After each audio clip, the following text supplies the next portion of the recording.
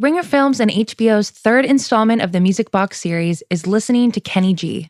The film takes a humorous but incisive look at the saxophonist Kenny G, the best-selling instrumental artist of all time and quite possibly one of the most famous living musicians. Listening to Kenny G unravels the allure of the man who played jazz so smoothly that a whole new genre formed around him and questions fundamental assumptions about art and excellence in the process. You can find Listening to Kenny G on HBO or HBO Max on Thursday, December 2nd. This episode is brought to you by Anytime Fitness. We may talk a whole lot about sports, but when it comes to keeping fit ourselves, there's definitely room for improvement. I hit this point early July. I was just like, I am not in good enough shape. I started trying to walk at least 15,000 steps a day or hiking or just anything to keep my legs moving. Now it's the end of 2023. I feel great. I had a physical 3 weeks ago, and the guy was like, you're doing great. You're doing better than you were 3 years ago. I felt great. Whatever your goals are, progress is possible thanks to Anytime Fitness. Get a personalized plan and support from an expert coach anytime, anywhere. Visit anytimefitness.com to try Anytime Fitness for free. Start to train for your life. Terms, conditions, and restrictions apply. See website for details. This episode is brought to you by Atlassian. Atlassian software like Jira, Confluence, and Trello help power global collaboration for all teams so they can accomplish everything that's impossible alone.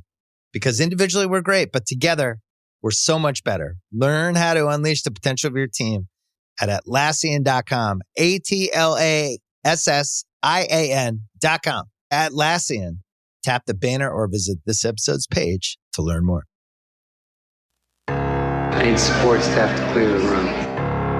Stand up and walk now. Hello and welcome to The Watch. My name is Chris Ryan. I am an editor at TheRinger.com, and joining me on the other line, he just joined the Tracksuit Mafia and is ready to answer any questions. It's Andy Greenwald! Ring-a-ding-ding, bro. Happy holidays. Missed you. I know that you missed me on text too, but it was because I was watching the whole first season of Wheel of Time. Did you really? Right? Why are you laughing? Did you really watch? Did you know that shit is a hit? No, I didn't watch it. I'm sorry, people who did. I just feel bad because we did have time off, and I do think that some of our listeners are like, time off means our guys, Chris and Andy, are going to watch some TV shows. I watched some TV. I watched some Yellow Jackets. That shit is banging. I can't wait to talk more about Yellow Jackets. The 3 episodes that have been up so far, there's lots of stuff that's on right now. I can't wait to talk with you about it. See, Chris, because full disclosure, I started Yellow Jackets. It didn't grab me, didn't sting me, if you will. But enough people have been hollering that this is one of those ones where I got to revisit. Well, I got the brother-in-law text about it. No way, the Juice Wolf. Shout out to Brad, the original Juice Wolf. Yeah, he was like, I'm loving the show. And I'm like, Jesus, this show is popping off. This Showtime really is. Original series Yellow Jackets. I feel like people should know we're talking about it. It's like Lord of the Flies-ish, right? Yeah, I mean, it's basically a chronology or time hopping. So it takes place somewhat in the 90s and then somewhat in present day, going back and forth from this traumatic accident that this girls' soccer team experiences in their childhood to their adult lives, where most of which are relatively shattered, which they are trying to piece together what happened to them when they had this plane crash while at a soccer tournament or on their way to a soccer tournament. And so it stars Melanie Linsky and Christina Ricci and Juliette Lewis. I love it. Great cast. It's been a big hit in the house. It's got a great 90s soundtrack. I don't know if you noticed, it was Shudder thinks Craig Wedren, is that his name? Yeah. And Anna Warrenker did this music, and there's a lot of really good music supervision needle drops in there. I don't want to name drop or like out anybody here, but I will say that Craig Wedren, who does a lot of scoring work and is obviously very influential in the post-punk and our post-punk memory banks, in addition to our playlist, is doing pretty good work with yoga sound baths for camping parents, elementary school parents. Is that he true? has really found the next. Yeah. So he makes like playlists for yoga or what? No. First of all, lovely guy. But like I will just say I've attended a school event where he has sort of like made a sound bath with like yoga bowls and different things for people to like bliss out on. Like this is what happens next for indie rockers. Why do all LA parents make what they do sound like they're in the Carlisle group? And they're just like, I can't really say, but cast member for Walking Dead may or may not have been there. I'm not allowed to, like, the Secret Service isn't coming for you if you say that a ex-member of Shudder to Think made some beautiful music. I think he's proud of what he did. I'm not trying to, like, geotag either of our children. I know. I think the members of the Carlisle group are like, yep, that's my kid, Rory Carlisle. You touch him, 15 Black Ops people will be on your roof before you put down the weapon. You know what I mean? It's like, that's different. That's a different vibe. I've been enjoying Yellow Jackets quite a bit. I'm trying to think of what other non-Succession stuff. I have to admit that some of the stuff I've been watching is screeners, stuff that's coming soon. So I've really been enjoying. Humble brag. Go on. You have the same screeners, man. We share this stuff.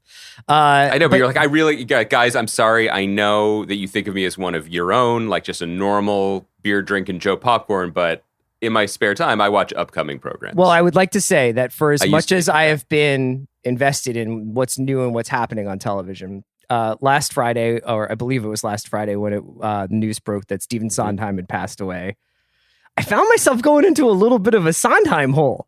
I love this for you. I can't say that I was like super familiar with his work outside of like, the big ones, West Side Story, Into the Woods. I had never, ever listened to or known anything about Company, which was randomly kind of like I was reading like the tributes to him, the obituaries, and like also just some essays about his work, and routinely Company just kept coming up, and obviously I just read this A.O. Scott piece on Tony Kushner that's in the Times Magazine. Great piece. This weekend. Recommend Amazing piece, and Tony Kushner refers to Company as one of like the great modernist art masterpieces, along with like Rites of Spring. So anyway, I watched the D.A. Pennebaker movie of the making of the original cast album of Company, and I was blown away. I was like honestly melting with how like good it was. It's been a great year for music documentaries. Obviously, Music Box from The Ringer. We've had Get Back, the Beatles one. We've had the Velvet Underground documentary by Todd Haynes. This is a little bit older, but I was really captivated by watching this. So if you haven't gotten a chance to check out the Company doc by Pennebaker, it's on the Criterion channel. And I think I'm going to go see Company when I go back to New York. It's an all-female reboot. It's a gender-swapped kind of reboot that's opening. To the point about the documentary, yes, everyone needs to watch this. I think a lot of our listeners may be more familiar with Mulaney's and Armison's documentary kind of thing. Tribute to it, which was an episode, a really good episode of Documentary Now, their series, which I think is streaming on Netflix, or at least it used to be. The Company doc is amazing. It's really amazing because it captures a very specific New York that I think for people of our age exists only in like kind of hazy, our parents' cigarette smoke stained memories. Yes, yeah. But everything about it, from the sideburns to the energy to the 2 martini lunch that Steve Sondheim and Hal Prince have, followed by like a mug of like restorative beer. And it looks then they're like Guinness, yeah. And then they're like, just FYI, I've looked at the schedule and we're going to be going till 4 a.m. Like, I respect. I'm glad you brought up Sondheim. I said it before, like, I do love this for you. Sondheim is a foundational pillar of my entire existence. My father, no stranger to strong, dare I say, snobby opinions, has for my entire life considered him like one of the true great living geniuses of Western civilization. So I grew up. Did you inherit that, or did you fight against it, or like fought against it? I mean, the thing about Sondheim, so it is almost impossible, and you're not tuning into this podcast for us to be like, so let's talk about Steve. That's not what we do, and hopefully people have their own memories and their own explorations and what's incredible about a career. And if you don't know who this guy is, I mean, it's pretty, if you probably don't need us to tell you, but he wrote West Side, the lyrics to West Side Story, Into the Woods, Company, yeah. He is the titan of the American musical, and truly in the most incredible, like, how long is history? Like, handholder from like learning at the feet of Oscar Hammerstein to mentoring Lin-Manuel Miranda. He turned the musical, which had been about cowboys will sing to you, into what does it mean to be an artist and a human being, and why is everything hard? I mean, it is truly like masterpiece after masterpiece, and I think that people's entry into it is beautiful and varied, as it needs to be for a beautiful and varied and 6-decade-long career, whereas people love the lyrics he wrote for West Side Story or the lyrics he wrote for Gypsy, and there are people who love Sweeney Todd, and maybe you saw the kids version of Into the Woods, basically, which a lot of high schools have only done the first act. Because the first act is, wow, fairy tales come to life. And the second act is, holy shit, everything is awful after the fairy tale ends. What happens happily ever after is not often so happy. Maybe you know Send in the Clowns and you don't know Little Night Music. Like there's no wrong way to appreciate his genius. But to your point, the thing with me, my relationship with him was basically like the Socratic method of an older person being like, be quiet now, genius is playing. Right. And of course, fighting against it. And I actually remember my mother, too, fighting against it because the knock on Sondheim from a lot of quarters was that it was too cerebral. Too brainy. It's no secret that his other passion in life was puzzles. Like he was the New York Magazine crossword editor in his spare time at the beginning of the magazine's crossword puzzle. And I learned this weekend. I thought this was apocryphal and a rumor, but apparently after Merrily We Roll Along bombed on Broadway in '83, he seriously told people he was quitting the theater because it had broken his heart and he was going to get into video game design because he loved the emerging field of video games. That would have been dope if Stephen Sondheim had created Halo. Right? But like apparently like Myst. Remember Myst? Like we kind of walked through rooms and looked at stuff. Like that was what he loved. And that all makes sense. But so I understood in the way that like your parents tell you something is good, that it was good. Like remember being dragged to an art museum and being like, look longer at this. Yeah. And you're like, I was only fruit? When like with the early days when they used to take me to the Philly Art Museum, I only rocked with the armor. The armor. Yeah. Yeah. No, of course. That was like, can we please go look at the swords now? For me, what cracked was in 8th grade. Chris, you're going to love this content. Gaia, Let It Run. Don't just keep your finger off the edit button. No, it doesn't matter. I did, because I was a cool happening cat, I did stage crew for the High School Musical. And the High School Musical was A Little Night Music, which is a late 70s musical by Sondheim. And I had to watch it every day because I was like helping with the lighting board or whatever. Slowly, I learned every word. Mm-hmm. Slowly, I started realizing how the words fit together, how it was clever and emotional. And it was like a puzzle. And it just sort of, remember those magic eye puzzles that he probably loved that were big in the 90s where you would stare at something long enough and suddenly you would see an image? Yeah. That's what it was like watching something complicated come into focus and turn into something beautiful. And that's probably still my favorite show because of it. And so when I was thinking about his legacy, and we're not going to do it justice. We can't. I mean, Company is a modernist masterpiece. Assassins is one of the most transgressive things ever performed. Sunday in the Park with George is in the argument for the most powerful artistic statements ever about the challenge of making art. I realized the thing that he taught me was patience. Mm-hmm. Because there's a step of loving stuff that's natural to everyone, and I see it in my kids, where like my older daughter's like, reads books nonstop all the time. I couldn't be more proud. I suggest a book that doesn't have a dragon or a school for wizardry in it, and she's like, I will never read that. Yeah. Like, because of course, it feels good to love what we love. Spoiler alert, that's what we're like now when books don't have a found bag of cash or drugs. I will absolutely confirm that or tradecraft by spies. Time is a flat circle. I have become as closed-minded now as I was then, but there was a brief flowering, a renaissance, if you will, in the middle. Yeah.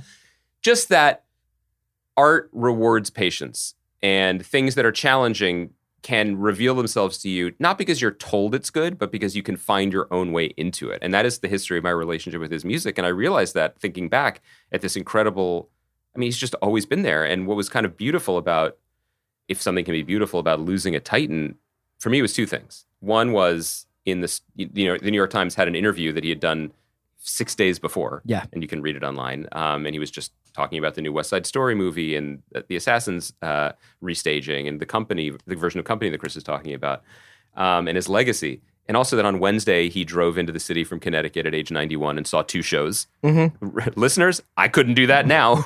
I am half a century younger. I could not do that now. But also, I found out the news. I got like the New York Times alert when I came out of a movie theater seeing Encanto, the new Disney movie, with my family, with absolutely stunning songs by Lin-Manuel Miranda. And Chris, earmuffs, Encanto is fucking awesome. Good. It is a genius God-level movie that I think breaks 60 years of Disney animated tradition and forms it into something new. it's a hugely important and significant film that I will browbeat new dad Sean Fennessy into letting me talk about on his podcast, because I feel like now that's a safer spot for me. Sure. Regardless, here are these songs with these like no drawing and no children on the watch. Never. Multi-voiced, complicated counter melodies and just all these things that he made normal and common. And Lin-Manuel is just busting them out in this beautiful family story. It's kind of amazing to see someone stride an entire genre's lifespan like a colossus, and then it's still going. I was moved by that. In the company documentary, there's this great scene, made me think of you, where I think they're doing "You Could Drive a Person Crazy," and the three women are doing that song, and they keep getting to the Bobby Booby part. And he comes into the studio to correct one of the women about, I think it's the woman who's like Mitzi on Happy Days, or she winds up going on to be on Happy Days. Right. And he comes in to be like, "You're saying booby wrong."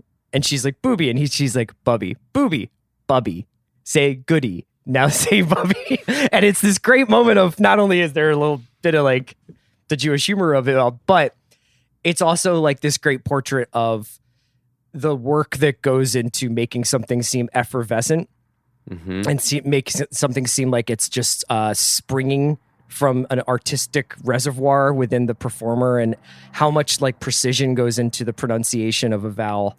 And I thought about that a lot also watching Get Back.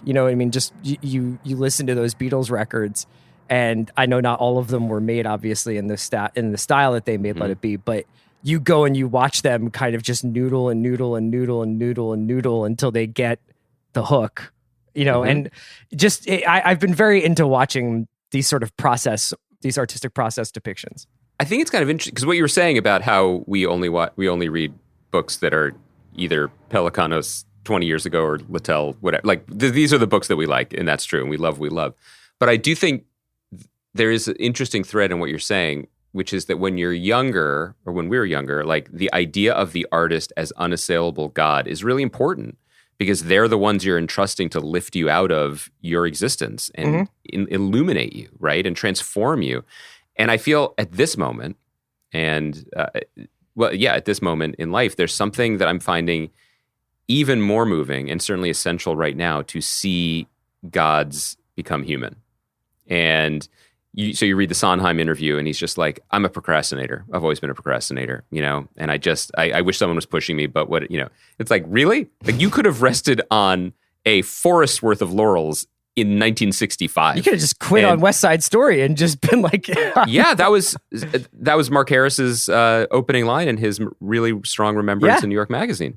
And you watch, and by the way, just sidebar, I did call my dad to be like, "Is this a moment of emotional father-son connection? Like your hero is gone." And he was like, "Well, I've been anticipating this moment." And I was like, "Right, I know it's tough." And then he just started going on and on about how he wished one of these damned articles would let him know the status of his, I guess, last unfinished work, which is the Boone. Like, he was doing a 2-part one musical, but like first act, second act, based on different Buñuel movies. Yeah, including the discreet charm of the bourgeoisie with the uniting theme being dinner parties. I mean, what the fuck? And so my father's furious that this is not being released anywhere. Anyway, so maybe one of our listeners knows that if the songs will come out someday. Right, but then you go to Get Back, and it is like, to me, it is trippier, which I have not finished it. I think you've watched more of it than I have, but it is trippier than any science fiction movie ever could be. Absolutely. Because all of a sudden, gods, deities, in a time that only exists in either memories or history books or like found footage of Carnaby Street, or maybe the first Austin Powers movie watched on a projector, reel to reel, is just real. That was just Tuesday, man. That was just Tuesday. And those were the cigarettes, and that was the beer, and that was the turtleneck, and that was the beard, and that was where they were emotionally. And it's just a fucking trip, man. Everything great started as, I don't know, what about this? Yeah, I have this, but I don't know. Try this chord. It's really, it's been a really fun year in terms of watching that kind of stuff, that kind of creative process stuff. Before we move on off Get Back, I have to ask you one more thing about it. Yeah, sure. So, big picture, how incredible this is. It's incredible, and I'm glad it's there for me to get back to. I'm going to watch more of it. It absolutely makes sense since there is no. It doesn't have a story to tell. It's just this treasure trove to present, and so not just the way that it's been doled out, but I think a huge win, obviously for the Plus and for everyone to have like something compelling. So and I'm so happy for Chapek. Exactly, it's a big win for him, but also just cross culturally, like in the same way The Last Dance was semi-monoculturally uniting. It was a cool thing over a holiday weekend. But was there any part of you, Chris, in consuming this that wished it had been curated in a different way? That obviously we live in an era where the expectation is everything is always going to be available to you. And so maybe that's what this needed to be, which was, here's what I found. I'm going to do my best to clean it up and just push it to the center of the table, make of it what you will. There's a part of me, though, that was fighting that, being like, man, I really would be curious, in the same way the Todd Haynes documentary was so artistically curated and directed. Sure. I would wish someone with a more specific authorial bent or voice was like, here are the, not even hour and a half, here's the 3 hours of this, 2.5 hours of this that you need to see, and here's why. Well, necessity is the mother of invention, and Todd Haynes made the movie the way he did because there is no significant amount of live footage of the Velvet Underground playing together, especially the iteration of the band that he was most concerned with, which was the John Cale version.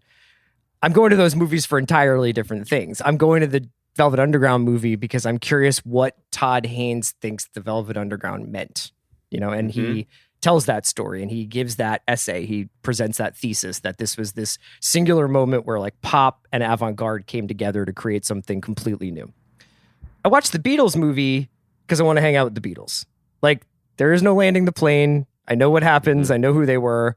I don't know that I would consume it, but if you told me that this movie was 15 one-hour episodes and that it included several scenes of Michael Lindsay Hogg smoking a cigar with Glyn Johns and then maybe Ringo kind of being, I probably would be like pretty pro. I think that we're kind of entering this, especially we're going to come across this a lot more in the future because so many artists so tirelessly document every moment of their lives. That's right. That I think it'll really be up to you as to whether or not you want to participate in that immersive experience of this is just what this person did for 2 weeks or 12 months or 10 years. And, I had the chance to watch the Juice WRLD documentary that The Ringer, that Sean and Bill and Noah did with Tommy Oliver directing. And that's very much like a found footage. It's documentary footage the entire time with very few exceptions. And it is a style of watching. I mean, there's some title cards in the Beatles doc to give you some context, but for the most part, you're watching real life happen in front of you. I kind of almost would be like, yeah, if you guys wanted to give me 20 hours of this, I also wonder whether or not there's more to come. Yeah, I do agree with you because like the one part I can't stop thinking about early on in the first segment of Get Back is, I think the first day in Twickenham is like a Thursday or something, and then there's another day, and then there's the weekend, and then it's basically like Monday morning, and they all show up, and someone's like, "How was your weekend?" And George kind of makes eyes, or John makes eyes, like, and it's like I find that very moving. I don't know, maybe it's just where I'm at in the world, but it's like I've thought about the Beatles, or I've thought about musical heroes of mine in many, many, many ways that are generally about my relationship to their art and the finished product. I have never once thought about whether George Harrison was hungover on a certain January day in 1969. Right. Like it's a trip. It's a trip. It's actually, all of this is the other week or the other month when we had Tom Vitale on, who wrote the book about working with Tony Bourdain. Like that was a similar kind of like man versus myth moment for me when you sort of have to reckon with myths are important. The legend matters. It's good that they printed the legend. Like it's what we work with and what we fit ourselves into. But there is something that is devastating and unsettling in a different way to just people, man. Yeah. So before we get to Hawkeye, before we get to Sam Boyd, I just thought I would mention, did you see this, the news about Dunk and Egg? Yes, I said glad you're mentioning this. Very formally, like I just learned how to speak. I was like, did you see the Dunk and Egg news? Thank you, Siri. The reason we're bringing it up, there's lots of Game of Thrones stuff in the works. There's the House of the Dragon show coming next year, but Duncan Egg is being executive produced and written, at least now, by Steve Conrad, who did 2 shows specifically that you and I don't think really spent much time on. Patriot, which ran for 2 seasons on Amazon, and what was the other one? Perpetual Grace Ltd. Perpetual Grace Ltd, which I watched a few episodes on. I think that was on Epix or Stars or something. He's a very unique writer. He's got a very unique sensibility, a very unique sense of humor. Kind of reminds me a little bit of like early Coen brothers sometimes, the way that like the kind of like characters and the performances that usually come out of his pieces. But Patriot is like something that for some reason I have never really been able to like get my claws into, but a lot of people who I love that show. And he's definitely considered one of like the more talented writers out there. I was curious whether you had a reaction to this news that he's going to get to go play in the Sandbox. Yeah, I'm excited to talk about it. Not thrilled to once again point out this massive blind spot that I have and that we both have with a creator who seems right up our alley. And there is no show that has more consistently been mentioned to me and to us, I think, as something that we would love than Patriot. And I feel terrible that I started it, didn't get back to it, deluge of other content, never returned. A mistake. We should also mention that he also has currently a New York neo-noir show that's stop motion animated plastic dolls Ultra called City Ultra Smiths, City Smiths. This guy's fascinating. And all in all, I was about to put a caveat about like commenting on an unmade show, but that's what we do around here. So I feel totally fine actually saying this. The back of the napkin scratch pad notes on this is just positive, right? In some ways, this is a segue to talking about Hawkeye because this town is still, and I am happy about this, kind of based on the idea. I don't know if it's true anymore, but it's definitely an idea, or it's something that that feels existentially important to say, that the artistic vision is what matters most. Mm-hmm. That's how it ought to work, and still how it sometimes works. The uglier shareholder-driven truth underneath this is what people really want is a caretaker for the more valuable IP that really is the lifeblood of the industry. And good things can come from well-managed IP. Like I don't know, Loki. I thought Loki was really great. It's very possible that we love Mandalorian. Like, we're going to love things in that vein. I just took this as a kind of a positive sign because, again, House of the Dragon might be really good. The upcoming, the one that's actually being filmed, the Game of Thrones spinoffs. And I have no ill will towards any of the people involved in it. They could be geniuses, and hopefully they are. It did feel like, at least in terms of reading the tea leaves of the press releases, which is what we do on this podcast, a very intentional and more conservative reset from the decision that didn't work out in terms of the Game of Thrones spinoffs, right? Which was the first series they were going to do that never actually officially had a name, I don't think. No, it was the Lannisters. Yeah, right. It was like early Lannisters. I think early Starks. Yeah, Naomi Watts was going to be in it. And from what we heard about it, second or third hand, it was pushing the envelope, and it was a different show than what Game of Thrones was. And they looked at it and they were like, nope, we want to give people what we know they like, which is dragons. And they got Miguel Sapochnik, who directed some of the biggest battle episodes, and they just got that ball rolling again. And, in a way that felt comfortable and safe, and hopefully will be even more than that. This suggests, and I'm hopeful, that they are taking a more wide-ranging set of meetings for these things. That they have these properties and they are letting people come in and say, like, we know you're going to do what you're going to do. Yeah. And we want that. And we want to see if this potentially awkward marriage can work. So that's a lot of talking about a non-existent, to this point, project written by a guy who has made 3 shows we haven't watched about a series of novellas that we haven't read. Good job by us. But Perpetual Grace is cool. I thought it was a cool show. I don't know why I didn't finish it. I got like 3 or 4 episodes into it, but I thought it was really pretty interesting. I mean, he's got a really interesting, twisty mind. And this is a story about, like, basically, from what I understand, and I'm glad Jason Concepcion and Mallory Rubin aren't here to dunk and egg on us, but like, it's kind of like a medieval buddy comedy, it seems like. Yeah, if that's the case, then this is the right man for the job. Anyway, it's cool. It's interesting. Yeah. So let's talk about Hawkeye before we get into our interview with Sam. 3 episodes have gone up. I've watched the 3. Did you get a chance to see the 3rd one? I did. This is something that I think we didn't get a chance to talk about this show even yet because they put 2 out Thanksgiving week and then the 3rd one just went up. It is would you say, loose adaptation of the Matt Fraction, David Aja run on I Hawkeye? think extremely loose. Okay. Extremely loose. It is closer for me to it was more like a PG-13 version of the Shane Black holiday action thrillers of our childhood, whether that's like Lethal Weapon or, that genre of it's a Christmas kind of atmosphere. This is set in New York City over 6 days before the 6 days before Christmas.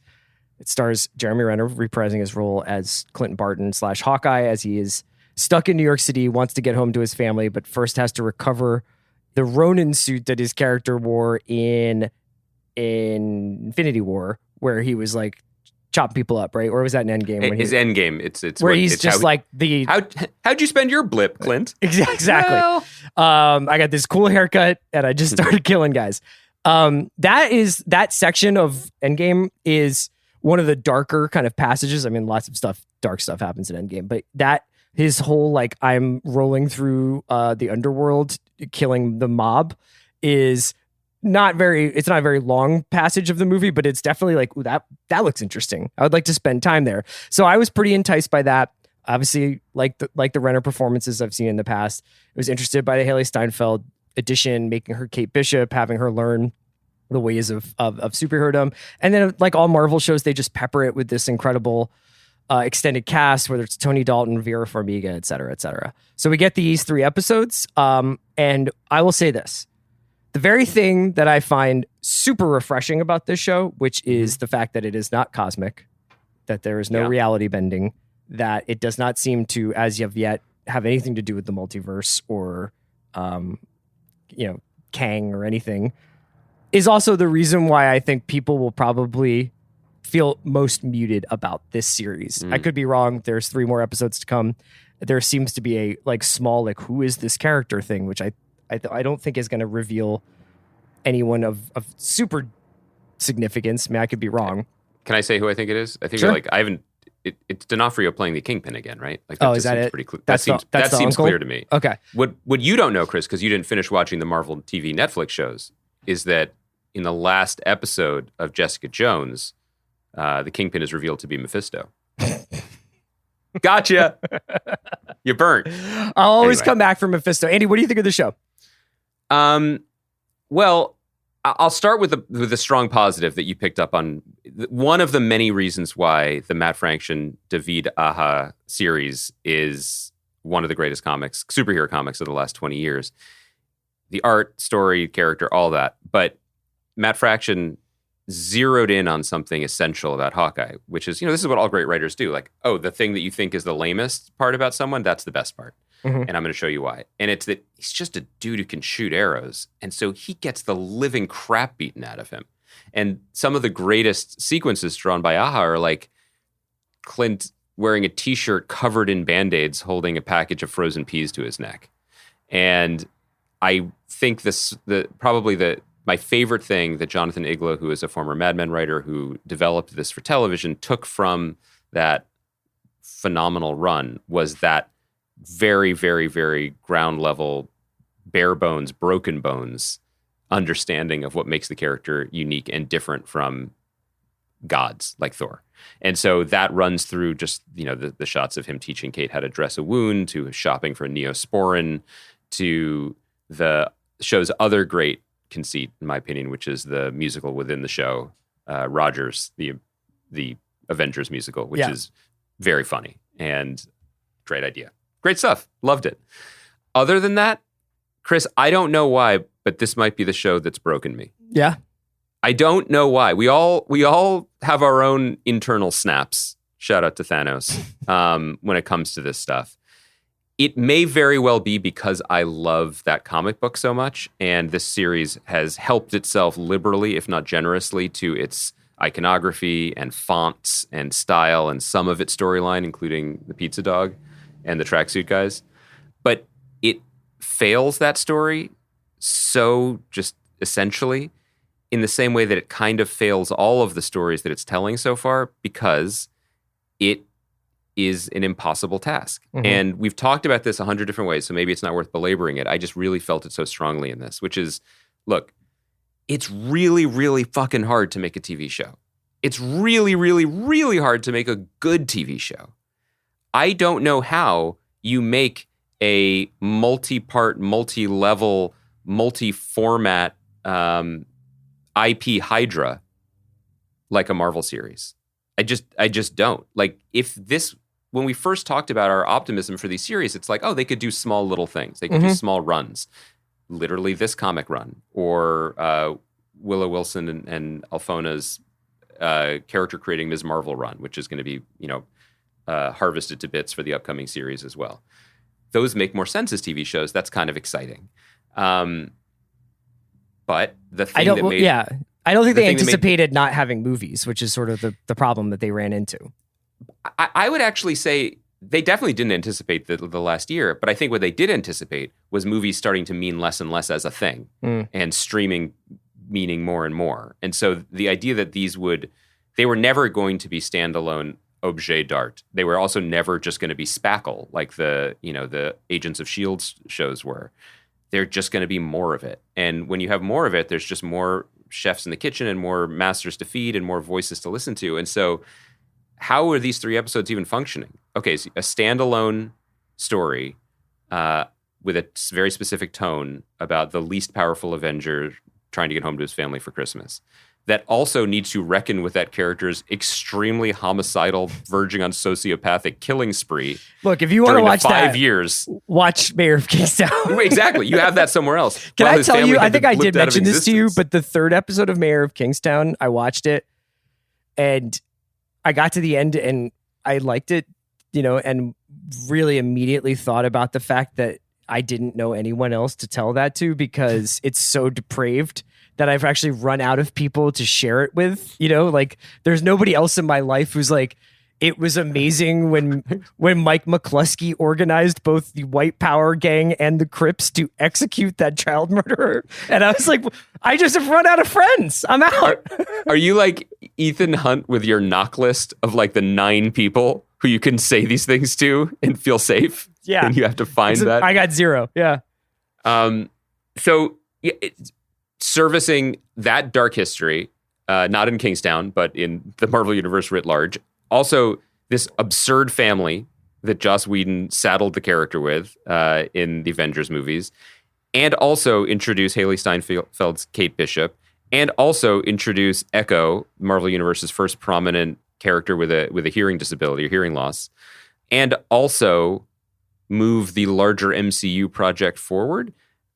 It's exhausting. It's exhausting just saying those things. And with so many different strands, how are any of them going to be satisfying? So there are moments I'm like, okay, this is a fun action show. The bow and arrow battle. Yeah, that was cool. The snow-dappled streets of summertime Atlanta was very... You're such a stickler for... That drove me crazy. Locational accuracy. I just feel like if this is a New York show, spend the money to change the way the street name signs are dangling across the middle of the road, because they don't do that in Queens. I get it, but that's a thing for me. You're Disney, you can afford that. That bit is good. Actually, the scene on the subway afterwards is everything that the show ought to be. Like, I get that, and I bet because of this grueling, so many chefs in the kitchen process, I would bet Jonathan Igla, a man who we've never met, will circle that moment when the 2 Hawkeyes are sitting on the subway and be like, that's the show I wanted to make, and I'm justifiably proud that I got that scene in there. Sure. And then I had to go back with a backstory for a character that we've already greenlit a spinoff for that we may or may not be interested in, and we burn Zahn McClarendon, who is revealing himself to be one of the great TV actors of our time, in a glorified cameo for 5 minutes. I mean, I'm very frustrated by it, Chris, but I'll spin back to one positive. Haley Steinfeld's really good. She is, and I kind of wish just that. I rarely feel this way about Marvel movies. Like, there's always the debate is like, are these movies for kids? I don't think they're necessarily for kids. I think they're for fans, or I think that they're for people who are. I think they're for fans. Yeah, and I think they're for people who are very much in the. They're conversant in the language of this world, and like that is there's a very warm. Welcoming feeling to a lot of Marvel stuff. I would say even in the early Whedon days that DNA is there, and a lot of the film stuff is that bantery, friendly, surrogate family continually being built vibe is like very welcoming. And I don't want to make it sound like what I want is for the Hawkeye show to be like French Connection, which is not what I'm saying. But I do wish there was a little bit of tonal variance. Like I kind of wish Kate and Hawkeye would swear at one another a little bit. Like, you know, like I wish it had some attitude. You're talking about voice. Yeah. And I wish like there was just sometimes I wish there was like, just have like somebody in here dropping F-bombs Look, and Chris, there's no better. I totally understand what you're saying. This is a show about a character whose one ability is to use a bow to shoot high velocity arrows at people. And yet, for all the magical arrows he has that have suction cups and growing putty and PIM particles, none of them have sharp edges that enter people's bodies and hurt them. Right. That's the MCU, baby. Right. Welcome. Right. You know, I totally agree with you. But the thing about the tonal stuff that isn't working for me is I think Haley Steinfeld is really good. I think the Kate Bishop character, as created by my friend Alan Heinberg in Young Avengers 1 back in 2004, phenomenal. And Jim Chung, he would always credit the artist as well, and I should have. Just a great character and the kind of vibe and energy that'll be really fun in whatever this next iteration of Avengers is going to be on the small screen or the big screen or all the screens. Renner is a different energy, man. And I'm finding it harder to hang with him. Yeah, I know that you've stopped watching Kingstown. It's pretty, even in this day of like peak release schedule, it's pretty rare to see someone being number one on the call sheet on two shows that are airing on different networks. And I wouldn't necessarily give him an Emmy for what he's doing on Mayor of Kingstown, but that definitely feels like the character that definitely feels like the actor Jeremy Renner wants to be, is this kind of like latter day Robert Ryan, haggard anti-hero, working through some stuff, dealing with the real world, quote unquote. Whereas like this character, that the version of Clint that he has played started with almost a lobotomy from Loki and has never really gotten his personality back, you know? And I'm surprised that he actually still wants to do this, because I saw some interview where he was like, well, yeah, I'd love it if he like ran the West Coast Avengers and stuff like that. And I remember really liking those comics. I think me too. Those were dope, but like, it just doesn't seem like his heart is in it. You know, like, well, I don't know. I don't know what he's doing. Look, I mean, I noticed, and I was joking with you about it before we recorded, that like, and maybe the other shows had been this way too, and I hadn't noticed, but the very lovely animated sequence that kicks off the first episode of Hawkeye after the interminable first Avengers, Chitauri Kid Kate Bishop in a mansion with Brian Darcy James, aka Broadway's original live action Shrek, as her dad. Like that whole thing. There's a big animated thing where it's like, and the first credit is a Kevin Feige production. And look, no producer maybe in the history of Hollywood since Selznick deserves that more. Like I get it, but one of his more underrated talents has been on an extremely large and expensive scale to tweet through it. Mm-hmm. You have to be pretty egregious to be retconned or removed or recast. You know what I mean? Like, casting Renner as Hawkeye was in the peak of, we got Jerry Renner to take over this franchise. You know, that season in the Hollywood. I mean, Gretchen Mol had that, and she got a Vanity Fair cover. Renner got Mission Impossible, The Avengers, and Bourne in a very short span of time. He's miscast. He's miscast for a version of Hawkeye that ought to exist at this moment to be beleaguered fighting tracksuit mafias in New York and passing a torch to Haley Steinfeld. And yet he keeps lumbering ever onward, now burdened not just by his dour face, but also by this fucking family. Nobody cares about his family in Iowa. Like, I understand why that made sense for the part of the Avengers movies that were like the leftovers. Yeah, where it was like, surprise, he's got a family. You never knew Clint had like this like loving home life. But when Linda Cardellini on a soundstage, hopefully within walking or biking distance, e-biking distance from her home, is like, oh, does that remind you of Nat? Are you thinking about Nat? Can you imagine her like in between takes, just like hopefully checking on her swelling portfolio, being like, and remind me, who's Nat? Like, who gives a, that whole thing. He does it. He keeps pushing. But now we're at this point where they're making a TV show based on kind of an original error, I gotta say. You know, it's you see all the good intentions here. We have this great Fraction Aha comic. We have we do have a point of view. We have a writer from Mad Men. We've got Haley Steinfeld. To Charming take the torch performers. passing. Yeah. Tony fucking Dalton's on this show. Like Tony Dalton's on this show. Simon fucking Callow from 4 Weddings and a Funeral, and as you pointed out to me, the second Ace Ventura movie is in this show. Like what? When At least nature calls. briefly. But it is not. I know our listeners love hearing me rail against this. Like it's like Ned Flanders stepping onto a Yeah, but rake. you know what? You get to Like- do this because you fucking you did time in the Matt Fraction mines. You know what I mean? Like you dug that stuff out of the tunnels. Like you're allowed to have an opinion about this. I'm a little bit more lukewarm about it. I think that there was I think that if you were like, this is a Shane Black-esque action comedy set in New York City during the holidays, it's hard for me to imagine something so inert. But I'm hopefully like the last 3 kind of pick it up a little bit. But the ceiling, as we keep saying, is incredibly low. Yeah, it can be good. It can be, it'll probably be fine. It won't be bad. It's not bad. Like there are shows that are bad. You know what I mean? And we should make that distinction very clearly. But as long as you have to do this, like, you know, as long as you have to keep casting doe-eyed 7-year-olds to understand the trauma of the characters we haven't met yet before we meet them, you can't make a Shane Black TV show. You're just not doing. Also, you're not doing it. You're not. You're harvesting a few pieces from this pie, a few pieces from that pie, and you're mixing it in to make the same dish they serve at the cafeteria every Wednesday. And like, okay, I'm hungry. It's lunchtime. Yeah. But man, some of those ingredients came from some pretty nice family farms. Okay? Andy, let's get into our interview with Sam Boyd. Sam is the creator of and co-showrunner now of Love Life, which is on HBO Max. The first season starred Anna Kendrick. It was imagined as an anthology show that would take a different character's perspective on their romantic travails in New York City every season. They got to do a second season. They got to do it with one of the best actors on television, William Jackson Harper, who you may know as Chidi from The Good Place. So we had Sam on to talk about this very different season from the first season, which deals with a lot of different issues. It grapples with race and COVID and lots of stuff that's happened over the last couple of years in this country. I thought it was a really, really great season of TV, and I was really happy to have Sam back on the show. Anything you want to say before we get into it? Just that I also, you know, I think we start the interview this way. I did a 180 on the show. I was not here for the Anna Kendrick season. I came around and I really enjoyed this entire season, watched it all, really liked it, especially Will Harper's performance, especially the supporting performance by comedian CP. The one thing I didn't get a chance to say to Sam, but I'll say now before we get into the interview, if you are at all on the fence about watching the show, listen to this interview. If you are still on the fence about watching the show, I'm trying to think of a better dressed character, male character on television in the last 10 years than Will Harper's Marcus on this show.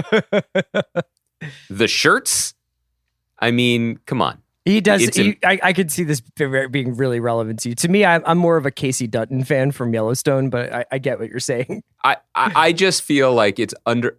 One of the things that Sam talks about in this interview that I really appreciate was that it is not actually, and you brought this up in a question, not to step on it, but it's not really a cutesy rom-com. It is a romantic show. The place that I think maybe it's Sam, maybe it's someone else involved with the production, where it veers into Nancy Meyers territory in the best way, is just what the dudes are wearing. Like when Blair Underwood shows up in episode 7, looking like Tom Ford had painted him in a journal. It's pretty cool. But this was a fun interview, and I'm glad we got to do it. Yeah, so everybody enjoy our chat with Sam Boyd. We'll be back Sunday night with Succession, and we'll be back next Thursday with the usual watch repartee. Thank you to Kai McMullen for producing. Have a nice weekend, everybody. We're going to do usual repartee next week? Yeah. Didn't you see that on the schedule? No. This episode is brought to you by Mint Mobile. New Year's resolutions are fun the first couple of weeks. Then you kind of maybe conveniently forget about them halfway through January. No shame. It happens to us all. But this year I have a foolproof plan, at least when it comes to saving money. Just switch to Mint Mobile and you're done. Goal accomplished, because for a limited time, their wireless plans are $15 a month when you buy a 3-month plan. The great thing about Mint Mobile is there's no jaw-dropping monthly bills or unexpected overages, and all plans come with unlimited talk and text. Get this new customer offer today at mintmobile.com/watch. Additional taxes, fees, and restrictions apply. See Mint Mobile for details. This episode is brought to you by State Farm. You might say all kinds of stuff when things go wrong, but these are the words you really need to remember. Like a good neighbor, State Farm is there. They've got options to fit your unique insurance needs, meaning you can talk to your agent to choose the coverage you need. Have coverage options to protect the things you value most. File a claim right on the State Farm mobile app and even reach a real person when you need to talk to someone. Like a good neighbor, State Farm is there. Love the way you look this wedding season at Men's Warehouse. With a range of sizes from extra small to big and tall. Explore top styles at prices for any budget, including designer suit and tux rentals starting at just $159. With over 600 locations, in-store consultations, and easy online booking, there's a reason why couples choose Men's Warehouse to find their perfect fit. Men's Warehouse. Love the way you look. I've got kids, and that means it's always about them. But I need support too. That's where Ollie comes in, with their delightful, hardworking gummies. My partner and I can actually get a good night's sleep, so we'll both stand a chance of managing our stress responses. Even when the kids are doing parkour in the living room. Discover Ollie vitamins and supplements. These statements have not been evaluated by the Food and Drug Administration. This product is not intended to diagnose, treat, cure, or prevent any disease.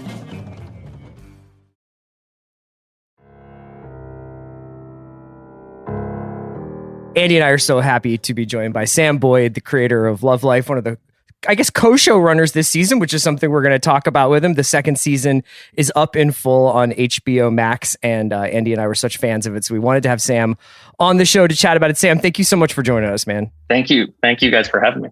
And thank you, Sam, for coming on with me here in the spirit of the season. Forgiveness is the time around the holidays. No secret, I wasn't as high on the first season as Chris was, and our end of the year guest Sam Esmail, and I've come roaring back this season. Really enjoyed it. So thank you for your graciousness in coming on with me, but also thank you for the second season. Thank you. I appreciate it. I was just hoping it would be like the leftovers of romantic comedy. It's kind of what I was. It was.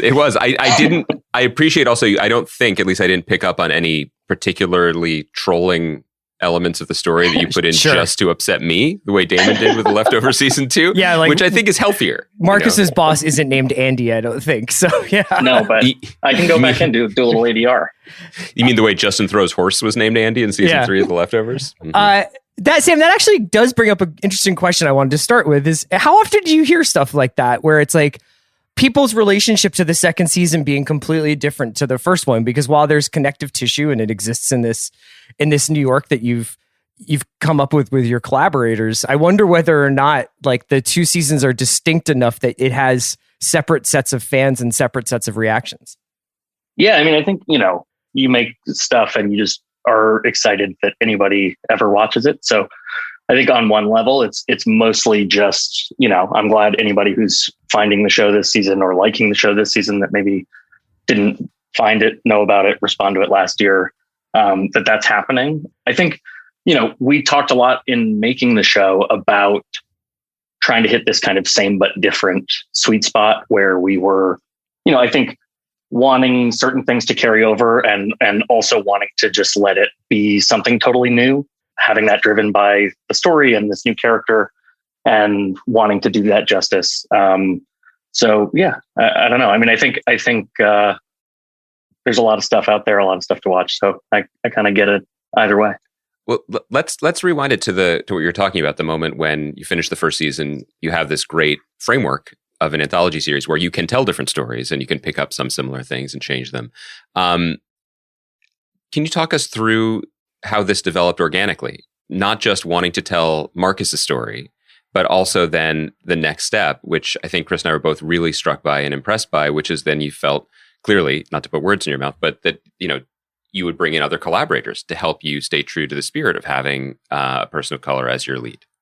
Yeah, definitely. I mean, I think, from the very beginning of having the idea for the show, I had thought about this idea of resetting every season and following a new character and wanting to use that as an opportunity to explore as many different walks of life as possible. And for the characters, just so that the stories were as interesting as they could be, for the characters to be different from each other. And that really it's about what they all have in common ultimately. But, Bridget and I co-show ran the first season, and then Rochelle joined us for the second season. And, so much of it was honestly starting with Will, wanting to work with him, being a huge fan of his, and feeling really lucky to be kind of at this, to have this opportunity, right, where it's like not often that you're able to say, hey, we have kind of a blank slate to do a season of TV, and we can build it around someone that excites us. And all it really has to be is like about their dating life, you know? And so I think it was really fun for us to just start with Will before we knew anything about the character or his name or his job or his friends or anything. And just really trying to build it as a showcase for him as an actor, you know, and being able to work with Rochelle on that in our writer's room. And, you know, I think also with season 1, you know, being about a woman, I always am trying to kind of get out of the way as soon as possible and work with other people who do share the experiences of the characters, or who, you know, are able to tell these stories so that, you know, everything can be as authentic and as rich as possible, you know, and really just because that's, I think, again, what makes the stories better. I have to just jump in just because you mentioned Will, and sorry, Chris, but as I think I'm appointing myself the president of the Will Harper fan club here. Such an amazing showcase for him. And I have to say, I one of the reasons I love this season so much is I just feel like he is entering a pantheon of like just great television leading men. And I know that in the old days, that might be a pejorative baked into that, you know, that it's limited somehow that he's a television leading man. But I think the opposite. I mean, he's just so deeply compelling and empathetic and charismatic and funny that everything that he does on screen, we buy into, even when he's acting in ways that are against his own self-interest, or even just kind of he's screwing up, you know, which he does throughout the season. What was that like, collaborating with him so directly and giving him a chance to spin in so many different directions? It was amazing. I mean, Will is obviously an incredible actor, but, you know, he also was an executive producer on the show. And so we were working together from the very beginning when, again, we didn't even know what this guy's name would be.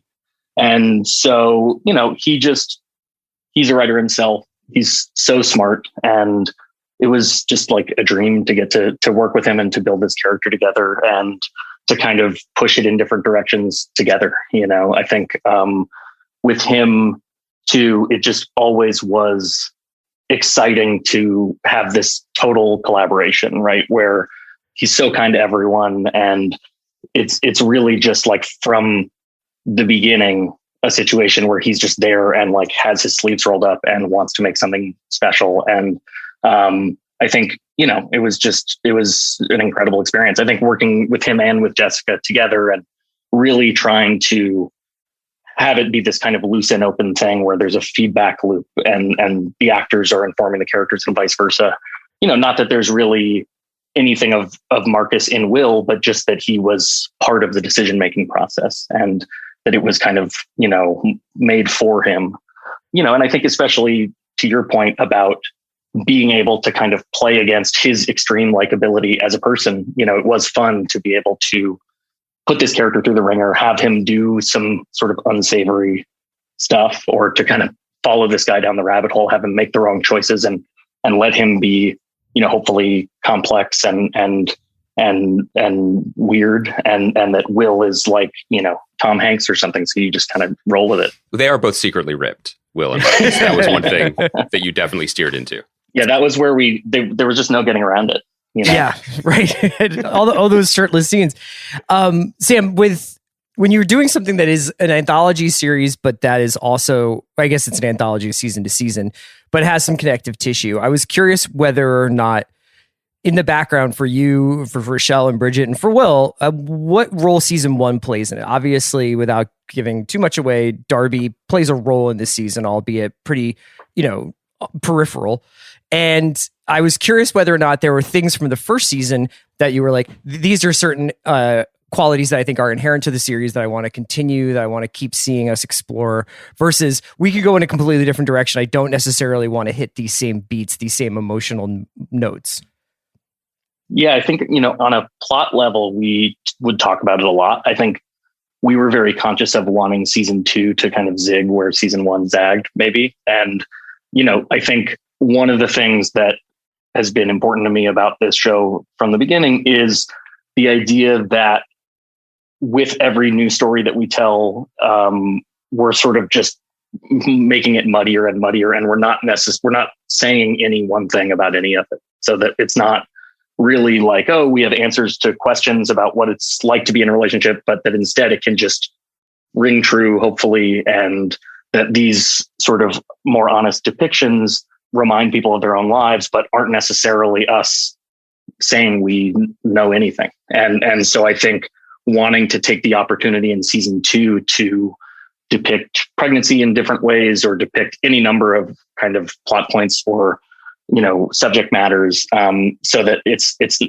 again, just less of a kind of message thing and more just this weird, twisty kind of mess of this kind of compendium of romantic details. And, I think as far as devices that we kind of carried over, there was, thinking about the kind of style and the tone of the show as like a container that would kind of remain consistent, or like a lens or magnifying glass or something, but that kind of everything else was going to change so much that we really wanted to lean into that and have certain things carry over, narration being one of them, among other things. But, like just certain elements that I think would remind anyone that did watch season 1, of that first story and kind of help it feel a little more cohesive.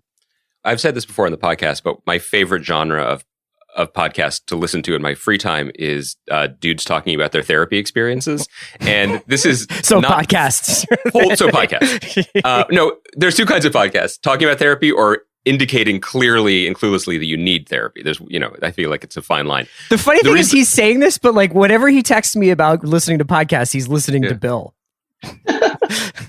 Well, I think everyone could use some self-reflection now and again. I think what I wanted to ask you about specifically, though, in relation to the season 2 of the show was, the framework is romance, and there are relationships that run throughout each episode or throughout the season. But one of the things I was struck by in season 2 particularly was a continuing return to this idea that Marcus needs to get it together and be a full adult before he can be fully present in a relationship. And I thought you did some really nice work in pushing that ball up the hill throughout, that there are good things and maybe wrong things about the women that he encounters along the way, or even the relationships that he observes among his friends, but that he just fundamentally isn't ready, and that he needs work to do on himself. And that can be a slow and kind of circuitous, if not torturous journey. Thank you. Yeah. Yeah. No, I think, and that was something that was important to us both seasons. Really, it's funny. I remember thinking about shows I love, obviously, but you watch Seinfeld or something, and every episode is like, okay, what's wrong with this person? She has man hands. Or you watch Sex and the City and the guy has skid marks in his underwear. Like, it's always something's wrong with the other person. And there was something fun about going, okay, let's make the main character the asshole, so to speak. And that way, these people who are coming into their lives can kind of, teach them new things or not, but be part of that journey and be part of that kind of, what we need to have this person be like at the end of it, what they need to change, what they need to work on to be ready for someone else. What made you choose publishing as the sort of professional that Marcus was going to be working? Because I thought it was a really, it provided some of the more comic moments of the season, but I also thought it was an interesting sort of platform to go in a lot of different directions and talking about a lot of different issues from there. Thank you. Yeah. I mean, that was something that came out of the writer's room where I remember there was maybe, there were like a couple days where everyone was just like fashion designer, this, that, you're just sort of pitching blue skying anything. And I think ultimately there was something that kind of, on a superficial level, we've always tried to give the show a kind of literary feeling. So, with the narrator, these kind of chapters and the way that the episodes are broken up, wanting it to feel like a book of short stories or something. So there was something fun, I think, about putting the character in that world. But, a lot of it too just came from, again, the discussions in the writer's room and wanting to tell Marcus's story, having him be this Black man in this largely white workspace, and that there was something that felt sort of unique to us about that setting, and being able to, put him with characters like his boss or like that influencer and stuff like that. I think we just started pitching on it and it stuck. I want to ask you about one of the show's, I think, consistent triumphs, which is casting. And, obviously with the framework that you have, you can bring in people for fun guest turns and they can do things that might surprise us, or just seems like it's a fun hang to do. it also, for example, Blair Underwood just showing up and just owning it and crushing it for a couple scenes, but also giving us a chance to see people in different contexts than we've seen them before. Like Punky Johnson is awesome on this show. And for people who'd only seen her on SNL, that might be revelatory. All this is built up to say that comedian CP is like, this is one of my favorite TV performances, definitely of the year, maybe of the last few years. I think that, like, were I hooked up to some sort of machinery, like my pulse would quicken every time he came on the screen because I was just going to be happy.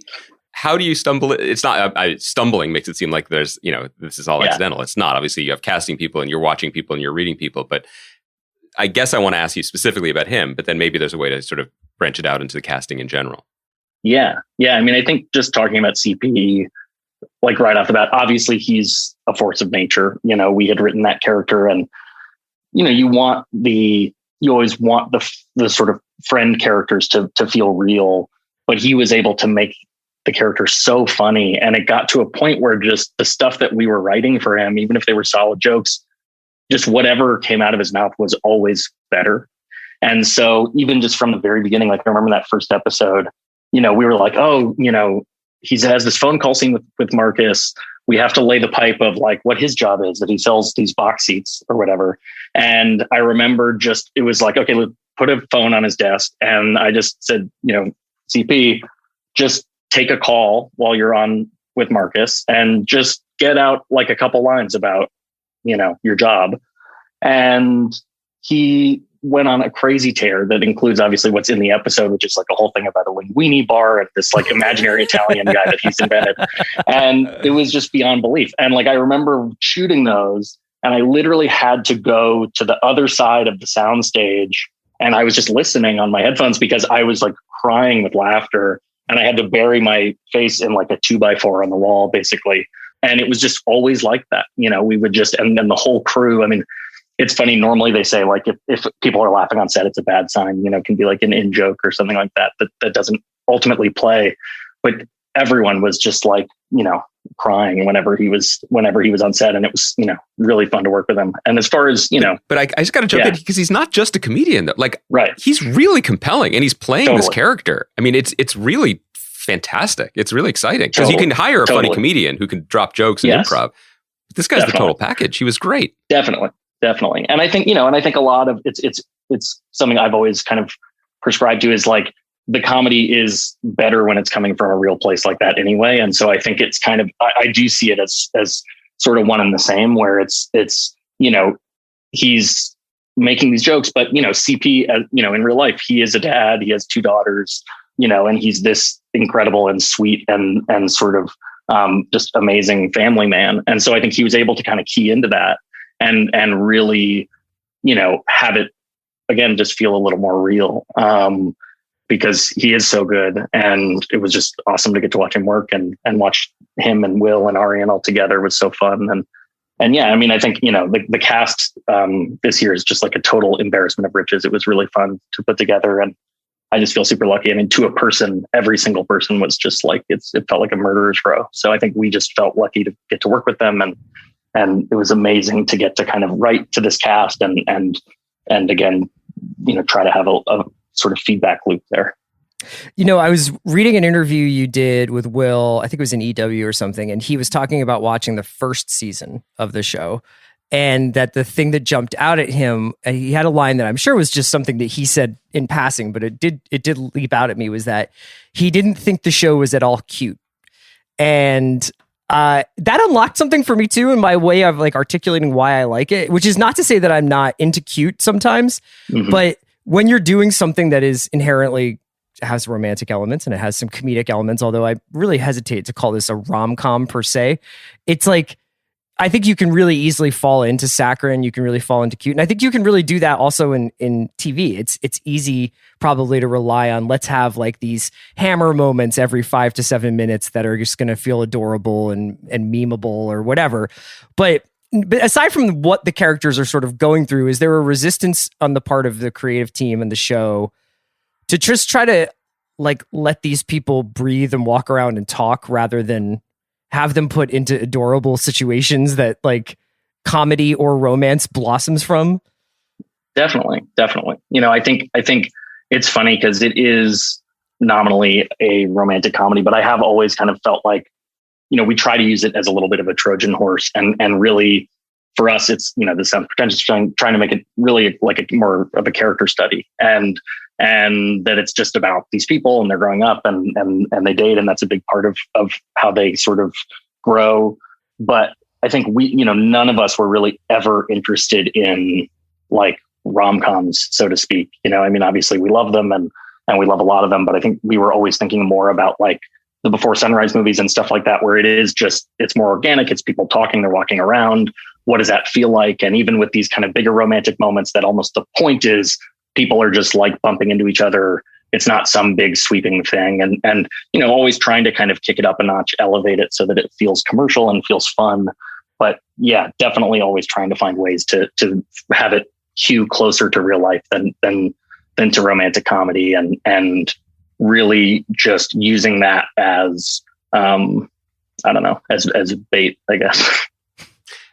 Because I didn't watch the morning show season 2. Your show gave me my first. Do you want me to recap it for you right now? Yeah, let's take that off air, because I do know one thing. But I do know enough to form this question, which is your show is my first experience of, oh God, they're doing 2020. Mm-hmm. Oh mm-hmm. boy, I got to buckle up. Mm-hmm. What was your chronology of developing this season? Where were you in the process when 2020 happened? And also, where were you in your decision-making process, and how did it develop in terms of how you wanted to let that terrible reality play in your escape, which a show that can often be an escape from reality? Right.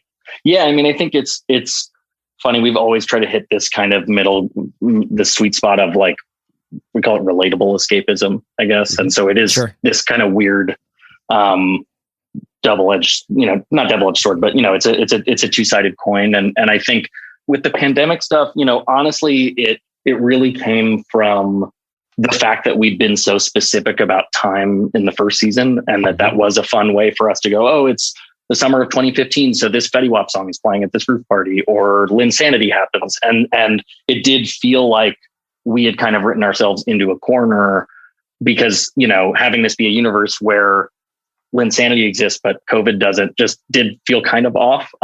Or if we kind of just stopped being specific about time conveniently. And I think, it was funny. We were super lucky. We basically shot the final scene of season 1. We shot on March 12th, 2020.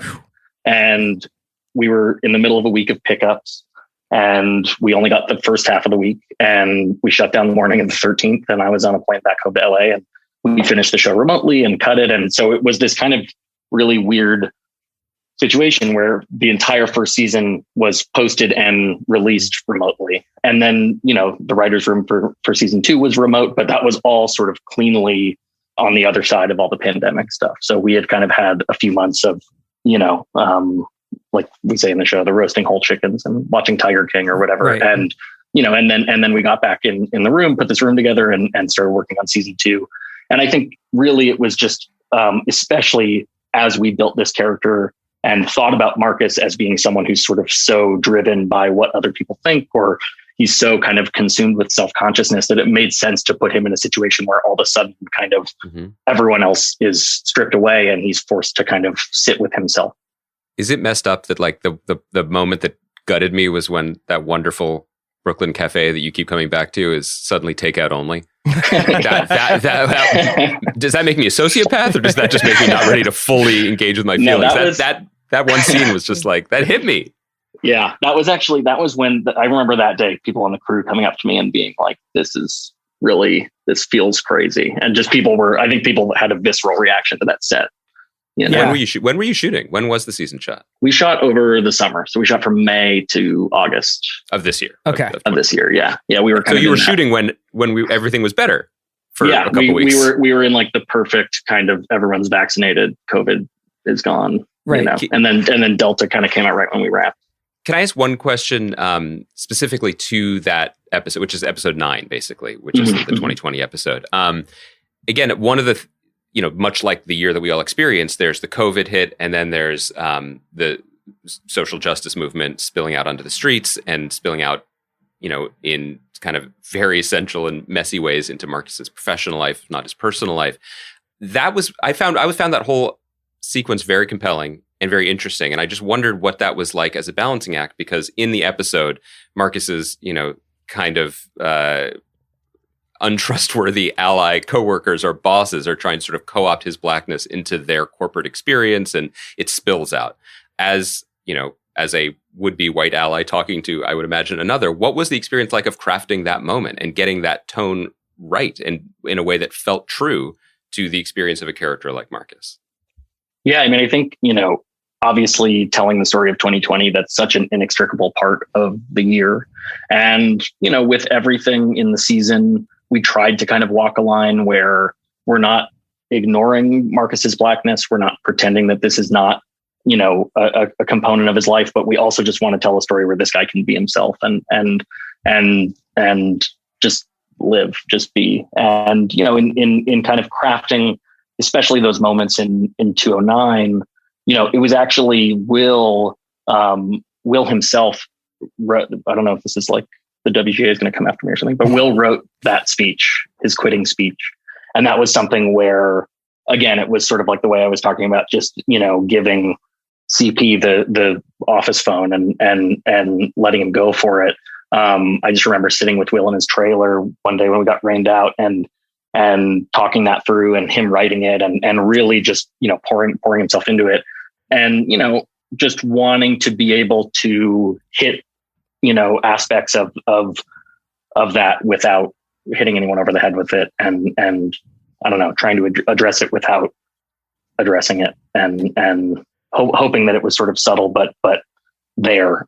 I thought that the way that his professional frustration was sort of threaded throughout the entire season was really great, though. I mean, even from the beginning, he's got the raise issue. He's got whether or not his father sort of sees him as a success. And I think he's got his burgeoning own creative itch he wants to scratch, that you kind of get like these little notes before the dam breaks that in the second to last episode. Thank you. Yeah.